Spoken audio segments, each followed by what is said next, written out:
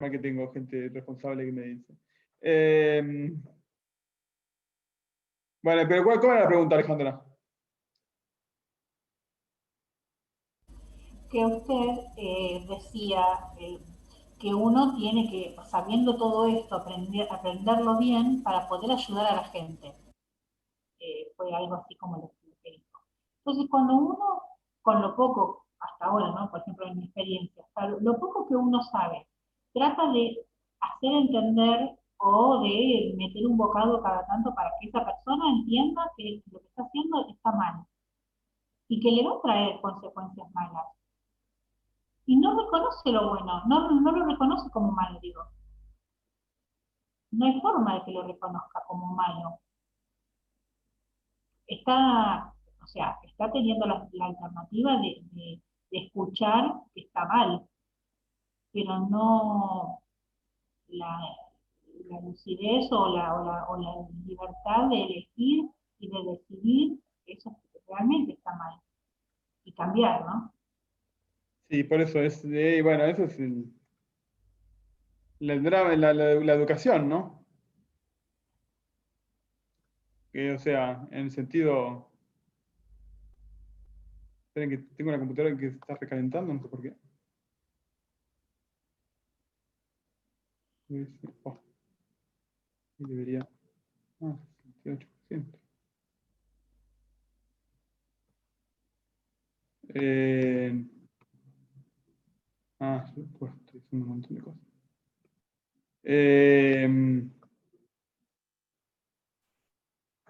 O sea, sí, justamente, o sea, de ahí viene un poco el juicio prudencial, ¿no? Que es lo que tiene que hacer cualquier madre cuando le tiene que decir a su hijo, ¿no?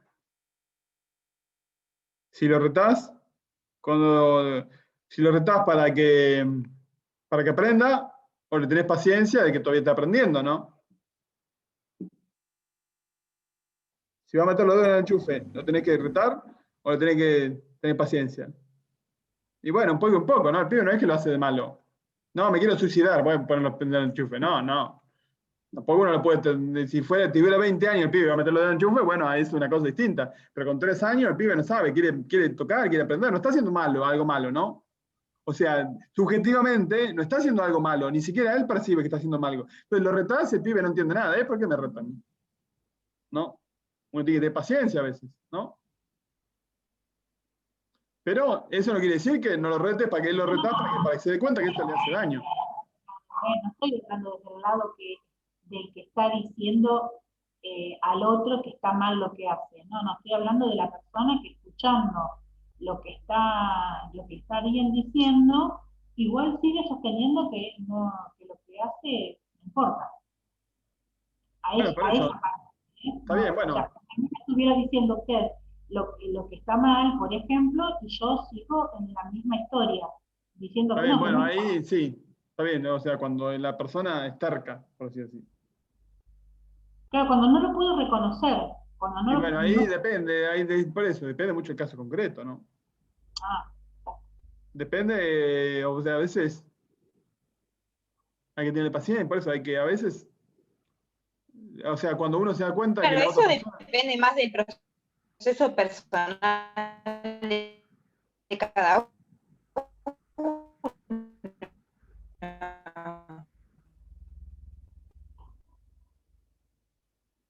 ¿O creo no? que sí, creo que entendimos que depende del proceso personal de cada uno, ¿no? Eh, sí, sí, pues, o sea, lo que el criterio es lo que le haga bien a la persona, ¿no? El bien, el verdadero bien de la persona. Los profetas decían cosas terribles al pueblo. Y el pueblo no lo quería escuchar. Pero lo dijeron, ¿no? Porque también es verdad que una verdad no dicha, una verdad dicha puede herir. Y puede hacer que la persona que está haciendo un camino se desanime y deje incluso de caminar, ¿no? Primera cosa. Por otro lado, puede ocurrir el contrario, que una verdad no dicha en su momento oportuno, por más que sea rechazada, si yo no digo esa verdad y la persona cuando experimente finalmente que se equivocó, Si nadie le dijo nunca que se equivocó, probablemente no sepa que se equivocó y nunca pueda reconstruir el camino, ¿no? Si vos, después de haber hecho experiencia del engaño, hay alguien que te dijo que estabas obrando mal, al menos tenés un criterio como para poder volver, ¿no?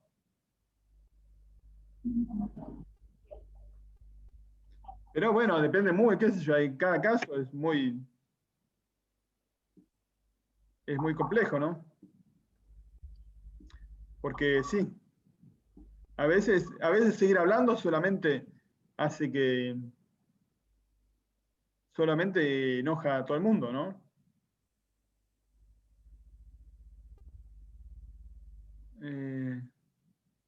Pues sí, sí, tal cual, ¿no? Queda en el otro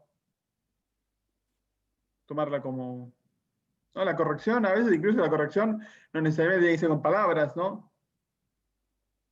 La corrección puede ser la propia vida también. Puede ser con el ejemplo. Claro, pero ahí el bien moral no está siendo objetivo, ¿no es cierto? ¿O sí? Sí, o sea, el Y bien, ahí, el bien objetivo es objetivo, justamente quiere decir que no depende de la persona en concreta.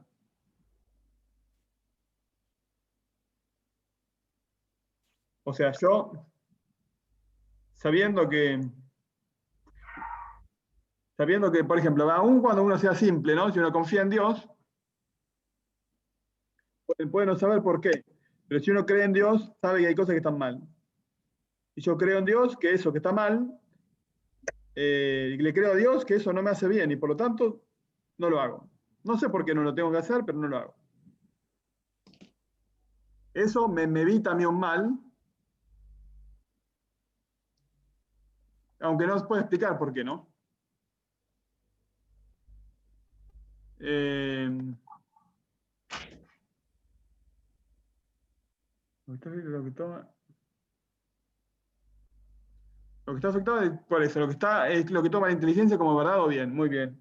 Como sí, o sea, porque la verdad eh, puede torcerse por una pasión, ¿no? Todavía no lo vimos. O sea, la razón práctica, cuando llega a lo concreto, tiene que apoyarse para seguir razonando y llegar a la acción concreta, tiene que tomarse otros principios que no son racionales. Uno de ellos son afectivos. El amor, ¿no? O sea, para obrar bien hay que amar lo que uno hace.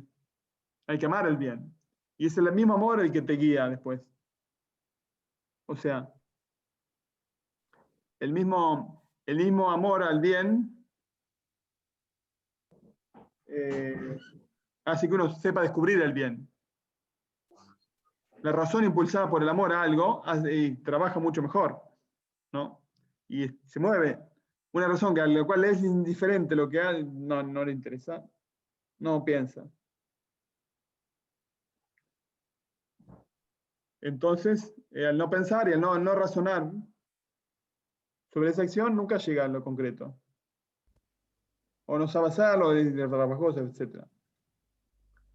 Entonces, o sea, en esa intervención del amor para conocer la verdad concreta, estoy diciéndolo medio simplemente, pero para que lo entiendan, en esa intervención del amor es donde puede desviarse la razón. Porque si uno ama mucho las riquezas, terminará justificando siempre toda acción que sea conquistar, ganar plata.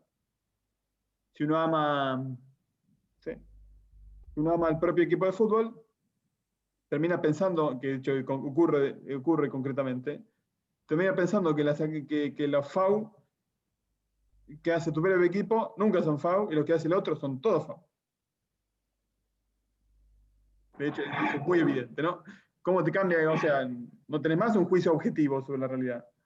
¿Eh? Dos amigos que están mirando un partido de fútbol y son de equipos contrarios, uno se queja de lo que el otro se alegra, ¿no? ¿Cómo no? ¿Cómo va a cobrar eso? No, ¿cómo? FAU, ¿no? Típica. Algunos se enferman del corazón, profe. También, bueno, cuando uno se enferma el corazón no piensa más, ¿no? O lo mismo, volvemos al ejemplo de la niña que se enamora de Frankenstein, ¿no? todo el mundo le dice que no, y ella está convencida de que es su príncipe azul.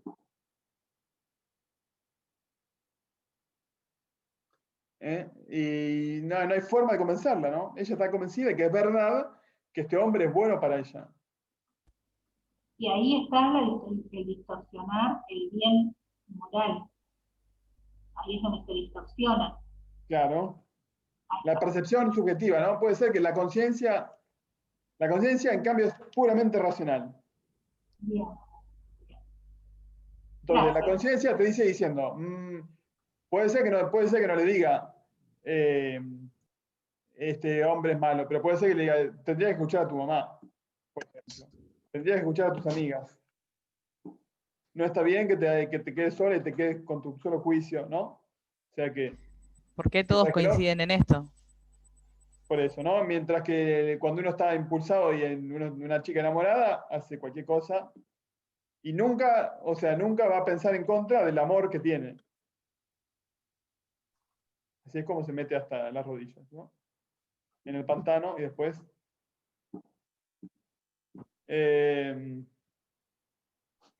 bueno, por todo esto que acabamos de decir, ¿no?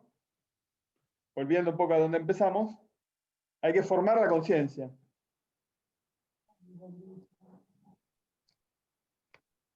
Es decir, hay que formar la conciencia para que la conciencia sepa decirnos correctamente qué es lo que está bien y qué es lo que está mal.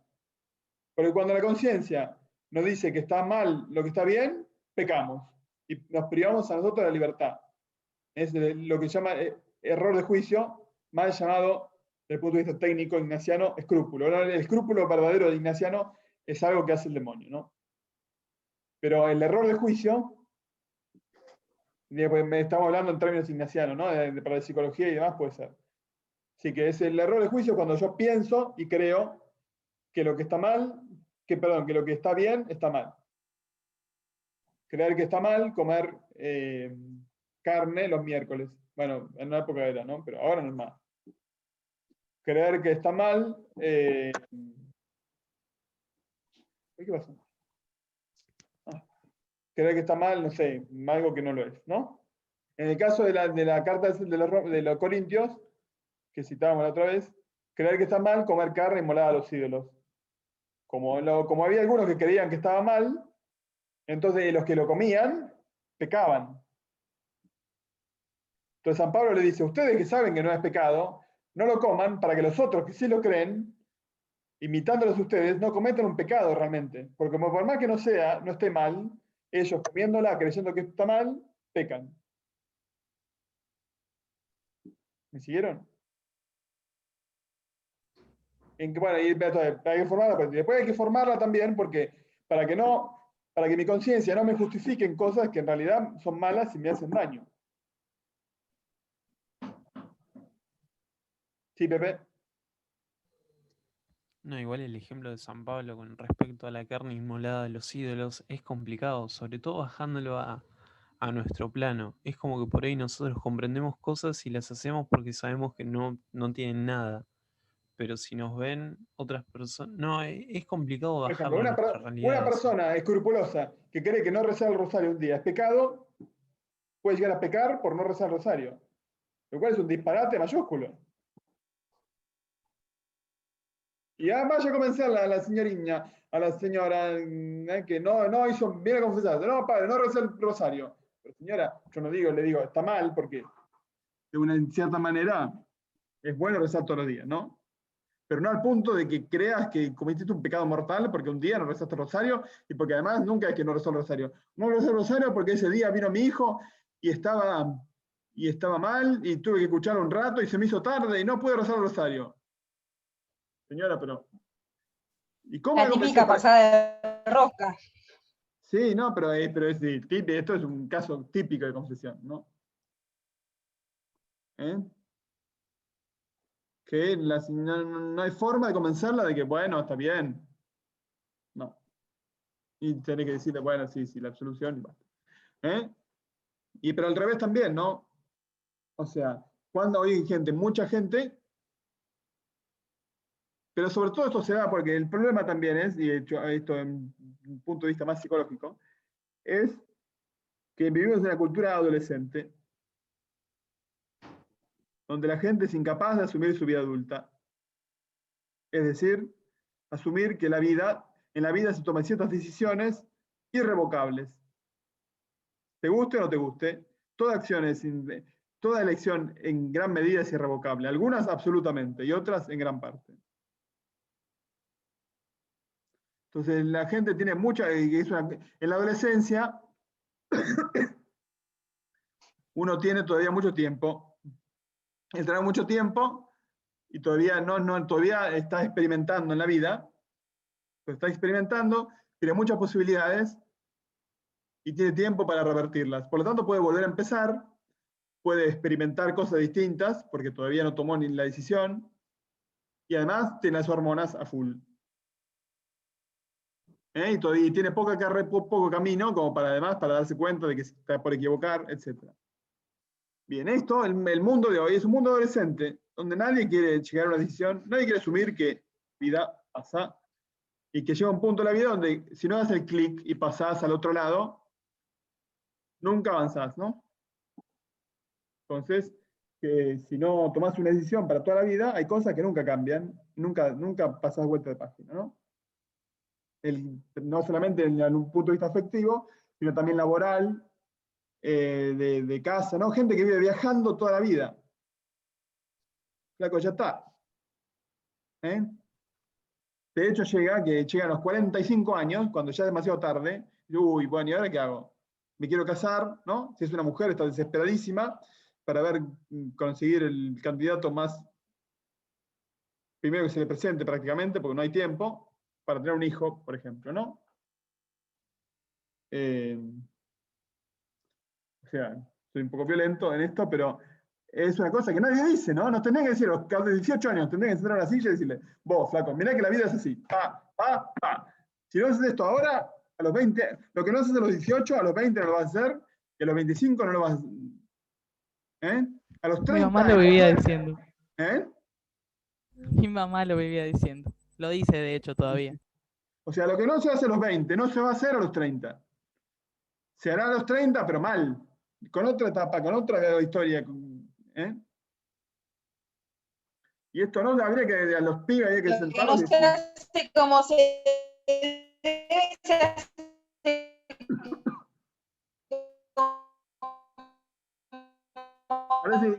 parece que tiene autotune. se puede. Belu, se te escucha todo como cortado y lejos. Sí, como robótica, parece.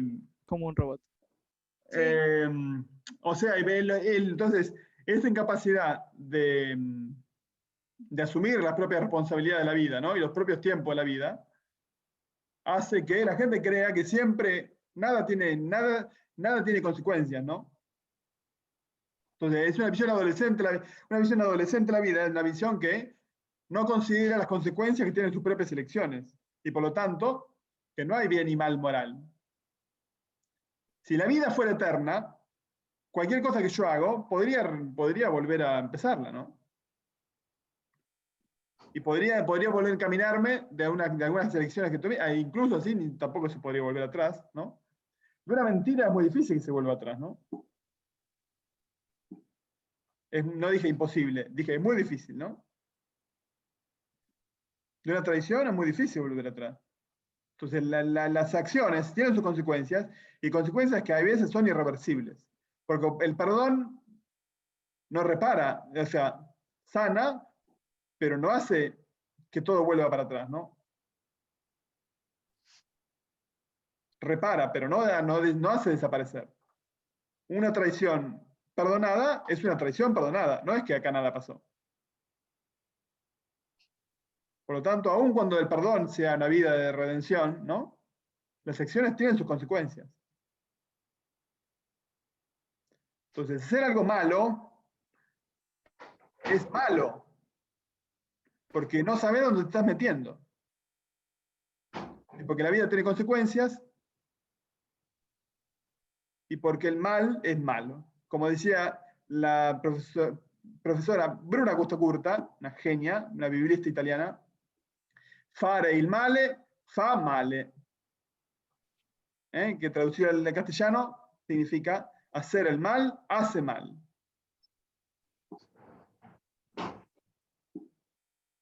Entonces, no se trata simplemente que no, me gusta, bueno, es mi vida. No, no es tu vida, sí, pero date cuenta,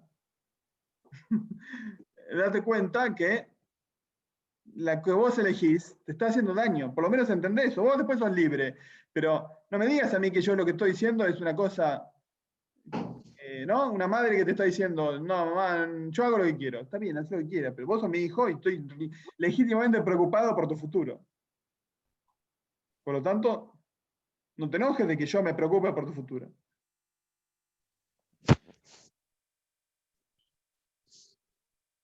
Y ahí también viene el tema de los límites, ¿no? O sea, la sociedad de hoy, ¿por qué tiene tanto miedo a poner límites? Porque ha perdido el sentido de lo que es el mal moral. Si el mal moral es una cuestión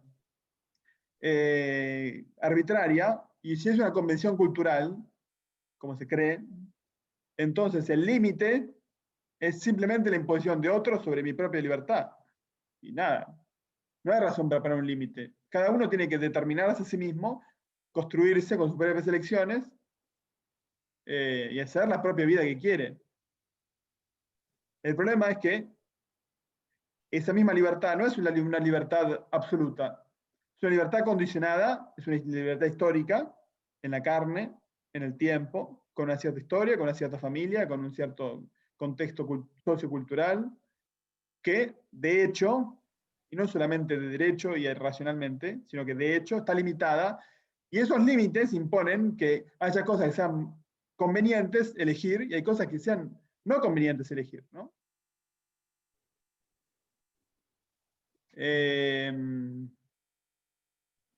Si vos querés casarte con una rusa, porque te gustan las rusas, perfecto, puede ser, ¿no? Pero si no hay una rusa a 1 kilómetro a la redonda, ¿qué es 1 kilómetro? A 100 kilómetros a la redonda, ¿no?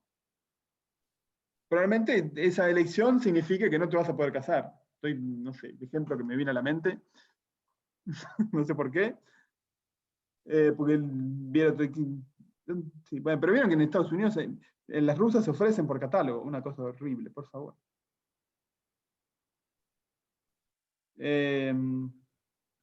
No, quería poner un ejemplo masculino que había muchas veces las mujeres de ejemplo. O sea, sí, también, peor.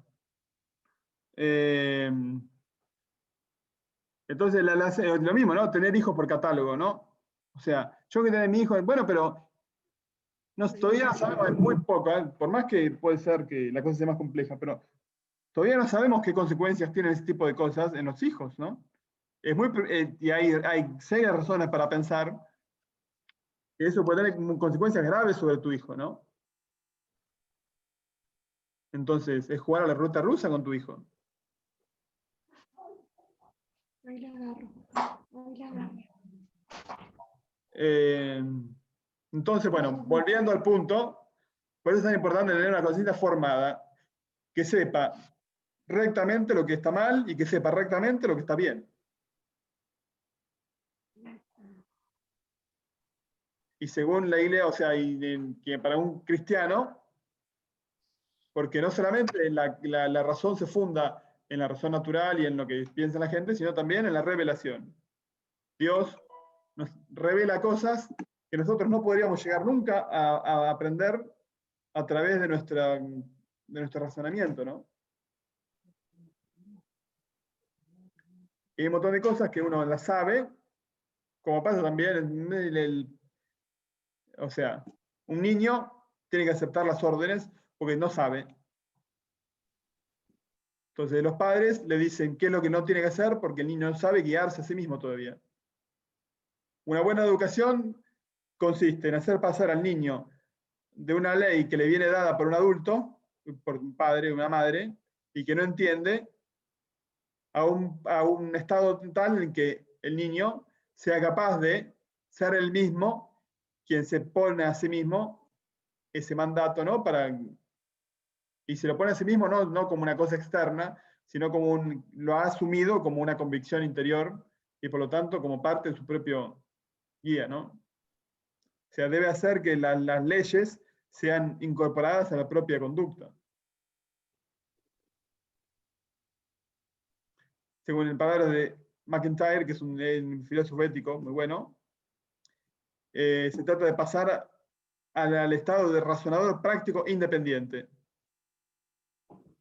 Es decir, que yo soy capaz de razonar por mí mismo. El libro se llama Animales racionales y dependientes. Es muy bueno el libro ese. Y bastante ¿Cómo se sencillo. llama, padre? Se llama Animales, lo pongo acá en el chat. Animales racionales y dependientes.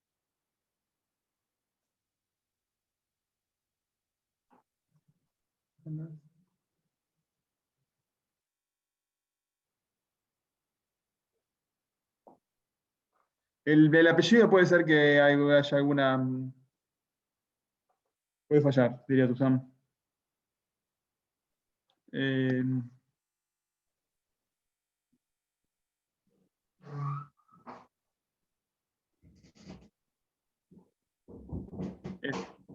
un autor escocés muy famoso.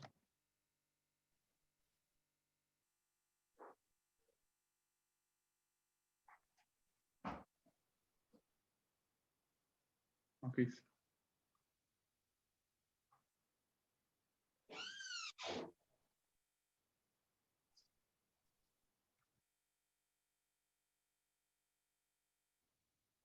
Soy un genio, le había puesto bien. Bueno. Manu, pregunta. Las leyes incorporadas a la conducta, esto sería... Me perdí esa parte. Eso sería la virtud, que es lo que tenemos que seguir, es lo que tenemos que ver la siguiente. O sea, la virtud, ¿qué cosa es? Es la incorporación en la propia afectividad, en la propia vida, en la propia estructura humana de esa ley que es exterior, ¿no? Entonces, cuando uno es virtuoso, pasa a ver incorporada la ley, se hace carne en mí, digamos, y pasa a ser la motivación interna de mi propia afectividad, ¿no? Lo que hace una buena educación tiene que formar en virtudes, no en valores, cosa que se repite mucho en las escuelas católicas y nadie sabe qué son los valores, empezando por el profesor de moral. Yo algo podría decir, pero nadie sabe qué son los valores y además es una cosa tan etérea y que nadie sabe. No hablan de virtudes. La virtud es una cosa Completamente concreta. inalcanzable. Sí, no, pero además el valor, ¿qué es el valor? Es una cosa recontra abstracta que no tiene entidad. La virtud, en cambio, es una cosa concreta. Existe en la persona. Hay que educar en las virtudes, no en los valores. Los valores son más bien cosas que nos atraen, pero un horror. O sea, lo que hace la virtud, si se quiere, es que uno asuma los valores como propios y que asuma los valores como criterio del propio obrar, ¿no? Pero el valor es una cosa que siempre permanece externa a la persona.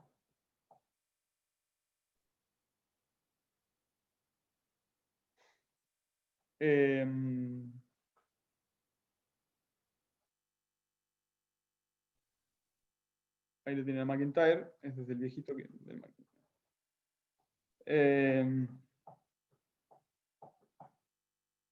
¿Qué iba a decir? Bien, entonces hay que formar la conciencia. Eso es básicamente. Y entonces, bueno, un juicio erróneo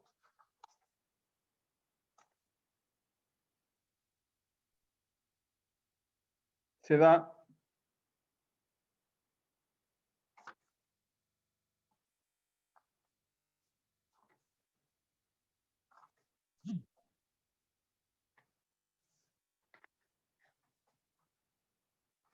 la calidad, la raza. Decidir en conciencia. No, acá estamos. Formar la conciencia. La educación de la conciencia, 1784. Volvamos acá, a ver si.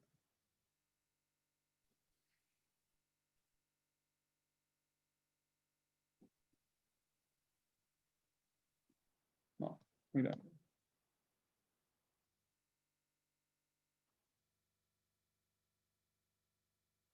Ahí está. La educación de la conciencia es una tarea de toda la vida. De los primeros años despierta al niño al conocimiento y a la práctica de la ley interior reconocida por la conciencia moral. Una educación prudente enseña la virtud, preserva o sana del miedo, del egoísmo y del orgullo, los insanos sentimientos de culpabilidad y de los movimientos de complacencia, nacidos de la debilidad y las faltas humanas. La educación de la conciencia garantiza la paz, garantiza la libertad y engendra la paz del corazón. Porque ¿qué pasa? Cuando uno es escrupuloso, nunca puede tener paz, porque haciendo el bien queda inquieto. Lo cual es una cosa terrorífica. Y ser escrupuloso es una cosa horrible.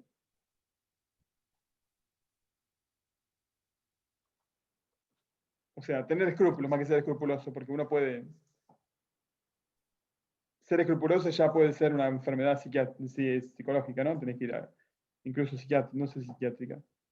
Pero tener escrúpulos, yo he tenido en un momento de mi vida, en algunos, bastantes, y es horripilante. Porque nunca, o sea, uno, por una parte la razón te dice, sí, es así, y por otra te dice, no, no es así. Sobre todo el escrúpulo que es de externo, ¿no? Entonces nunca uno, al final nunca se queda tranquilo.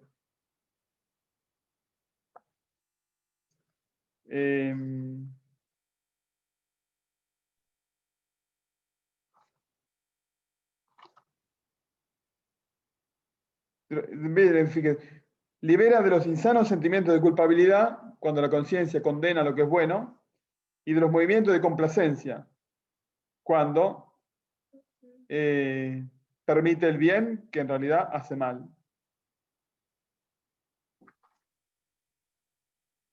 En la formación de la conciencia, la palabra de Dios es la luz de nuestro caminar. Es preciso que la asimilemos en la fe y la oración y la pongamos en práctica. Es preciso también que examinemos nuestra conciencia atendiendo a la cruz del Señor.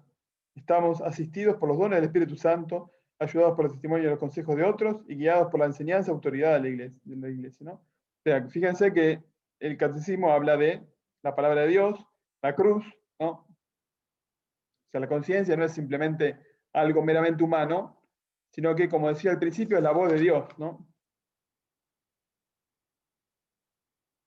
Es la voz de Dios como dice Cardinal Newman, ¿no? La conciencia es el primero de todos los vicarios de Cristo.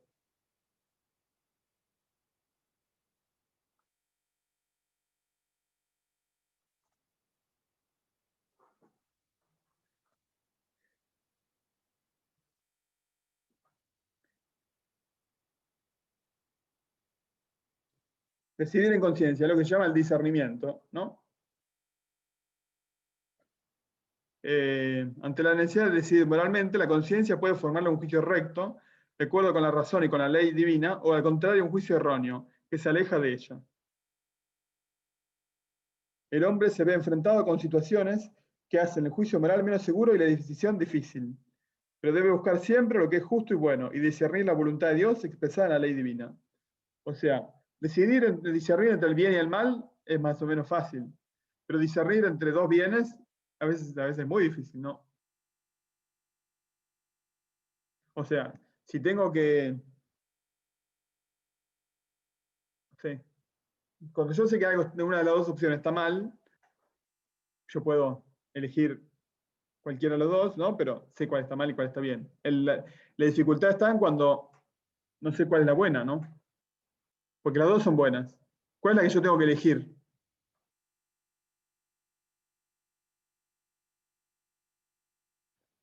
Tengo que elegir ¿es la opción A o la opción B?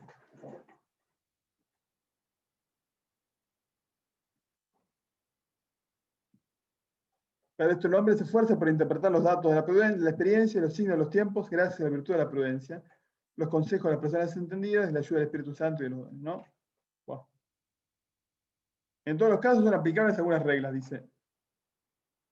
1. Nunca está permitido hacer el mal para obtener un bien. Número 1789. El fin no justifica los medios, dicho de otra forma, ¿no?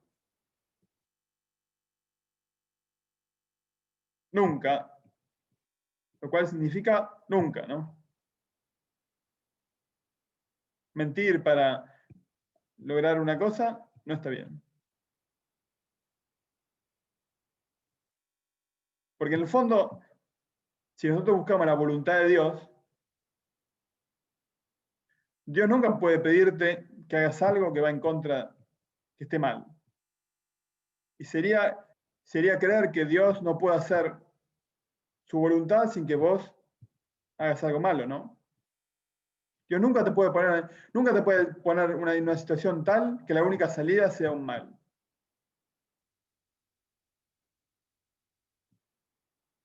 Entonces siempre tiene que haber un bien que se pueda hacer. Esto en ciertas circunstancias es muy difícil, ¿no? Y algunas, digamos, y en otras implica el martirio. O sea, que Dios no te ponga que Dios no te ponga en un callejón sin salida, no quiere decir que no haya situaciones en las cuales la elección sea aceptar la muerte como consecuencia, sino que nunca se trata de la muerte eterna, ¿no? Oh, bueno, estamos hablando ya. O sea, puesta la situación de que o pierdo la vida o pierdo mi relación con Dios, mejor perder la vida que la relación con Dios, ¿no? Eso es el martirio.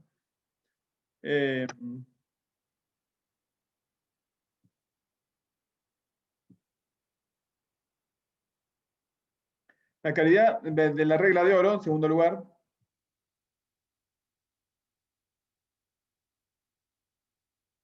O sea, yo tengo que confiar en que volviendo a lo anterior, yo siempre debo confiar que haciendo el bien, Dios hará que eso que yo quiero, o que Él quiere, mejor dicho, se realizará. Si yo elijo el mal, es porque no creo en el fondo que Dios pueda hacer eso que es necesario hacer. Es muy difícil, ¿no? Por eso en el fondo es una falta de fe, ¿no? Hacer el mal es una falta de fe.